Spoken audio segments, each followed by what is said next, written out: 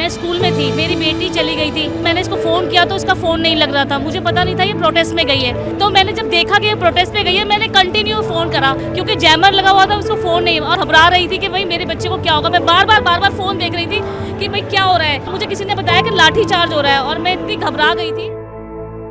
हमारे साथ फैमिली है, आप साथ में हैं। क्या नाम है आपका? आशी। क्या करती हैं आशी आप? मैं अभी लास्ट मंथ ग्रेजुएट हुई हूँ and next month I be starting a job. Okay, तो आप प्रोटेस्ट में पहली बार आई हैं आज? नहीं, मैं कल मॉर्निंग में थी, कल रात को भी थी, आज भी हम। कल आप प्रोटेस्ट में थी मार्च में, जी। तो आपके ऊपर भी लाठीचार्ज हुआ या आपको पुलिस का ब्रूटल फोर्स सामना करना पड़ा? एक्चुअली हम लोग तुरंत जब स्टैम्पीड का लग रही थी संभावना तो हम तुरंत निकल गए थे, बट जो भी कल हुआ उससे यही दिखता है कि दिल्ली पुलिस की एडमिनिस्ट्रेटिव और स्ट्रक्चरल इनकॉम्पिटेंस कितनी ज़्यादा है। आई मीन एक पीसफुल प्रोटेस्ट के लिए आप रैपिड एक्शन फोर्स लाए हैं, आप रायट कंट्रोल व्हीकल लाए हैं, and the worst part is कि जिस स्टेट के पेरोल पे आप हैं, आपके पास इतना ना ऑडेसिटी है, ना ऑटोनॉमी है, ना इंडिपेंडेंस है to actually disagree with what is wrong. और आप जो लोग घुटने पे हैं, रोज़ दे रहे हैं आपको, आप उनको लाठी चार्ज कर रहे हैं, आप उन पर टीयर गैस कर रहे हैं। एंड टीयर गैस भी I read somewhere, I don't know if it is true, but someone please correct me if I am wrong, but tear gas भी एक्सपायरी है which converts to cyanide and it is more harmful that way. So what are you trying to do with the youth, the future of this country? हम लोग students हैं, I am 21 years old. There were people who were 16 and 14, 12 साल की लड़की का school पे affect हुआ है, एक प्रेग्नेंट औरत को मारा है, 1 साल के बच्चे को मारा है। तो नो मैटर अगर आप कल थे या नहीं है, बट जो भी लोग घर पे हैं और ये डिस्कस करते हैं अपनी फैमिली के साथ कि सरकार ने ये गलत करा, वो गलत करा, now is your time, show up, rise up. And otherwise, if you cannot fight for what you want, you do not have the right to cry for what you lose.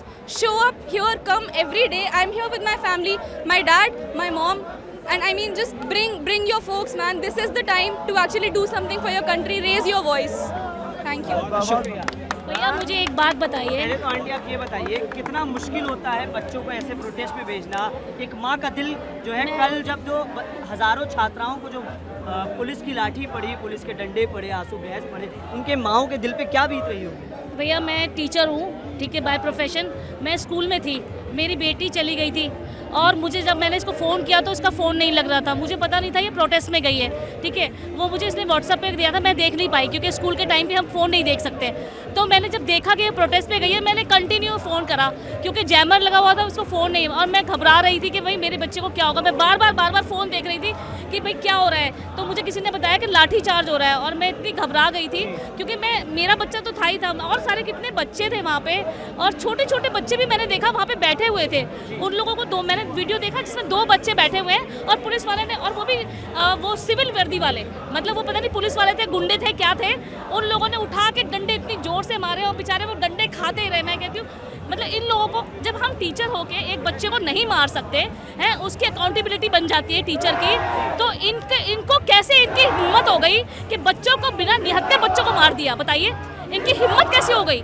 इनको शर्म नहीं आई? तो मैं मतलब इन लोगों को क्या, इनके दिल में इनके बच्चे नहीं है क्या? आप बताइए भैया। हम जितने भी बच्चे यहाँ पे आए हुए हैं वो अच्छे घर से हैं, पढ़े लिखे समझदार बच्चे हैं, उनको सबको पता है भाई। यहाँ पे देख रही हूँ कोई खाना बांट रहा है, कोई खिला रहा है, कोई पंखा कर रहा है, हाँ, हिंदू मुस्लिम सब एक साथ बैठे हुए हैं, मगर इस सरकार को समझ नहीं आ रहा है। ये सरकार बिल्कुल अपने नशे में चूर है। कहते हैं ना जब गीदड़ की मौत आती है तो वो शहर की तरफ भागता है। ये सरकार के अब आ गए दिन उल्टे, अब इनकी उल्टी गिनती शुरू हो गई है। हम लोगों ने वोट देके बिठाया है ना इनको, अब हम लोग ही इनको बिना वोट दिए इनको नीचे उतारेंगे, इनका नशा ना सब नीचे बिठा देंगे, इनको पता चल जाएगा इनको। सर आप फादर हैं? आप फादर हैं? हाँ जी, हाँ जी। क्या नाम है आपका? मेरा नाम रंजीत सिंह है। सर बताइए कि आपको जब पता चला कि आपकी बेटी प्रोटेस्ट में, और विजुअल्स आ रहे होंगे लाठी चार्ज के, खून से लथपथ लोगों के, क्या बीती दिल पे? मैं छोड़ने आया था इसको। मैं अच्छा, आप लेके आए थे प्रोटेस्ट में? मैं बाहर था, ये अपने कॉलेज के ग्रुप के साथ थी, अंदर थी। मैंने बाहर से देखा, पहले बाहर थोड़ा लाठी चार्ज हुआ क्योंकि बैरियर से पूरा इन्होंने सील कर दिया था।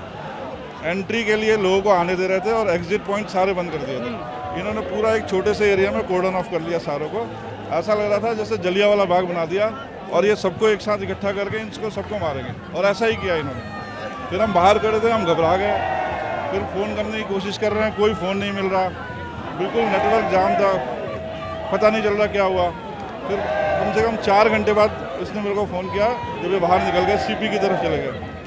उसके बाद हम जब बहुत ज़्यादा पुलिस लाठी चार्ज करने लग गई तो हम लोग फिर यहाँ से निकल गए।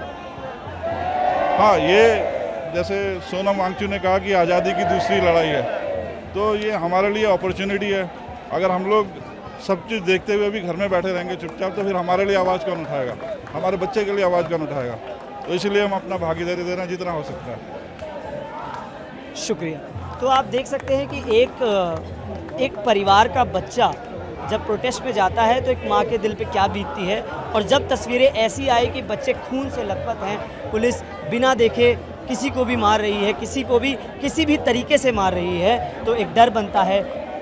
तो ये आप प्रोटेस्टर्स को सुन रहे थे। मेरा नाम प्रशांत है और मेरे कैमरे के पीछे साथी गौतम है। हम लगातार जंतर मंतर पर बने हुए हैं, पल पल की खबर आप तक पहुँचाएँगे, जस का तस दिखाएँगे। देखते रहिए प्रभात खबर। शुक्रिया। प्रभातखबर.com, विश्वास वही, रफ्तार नहीं।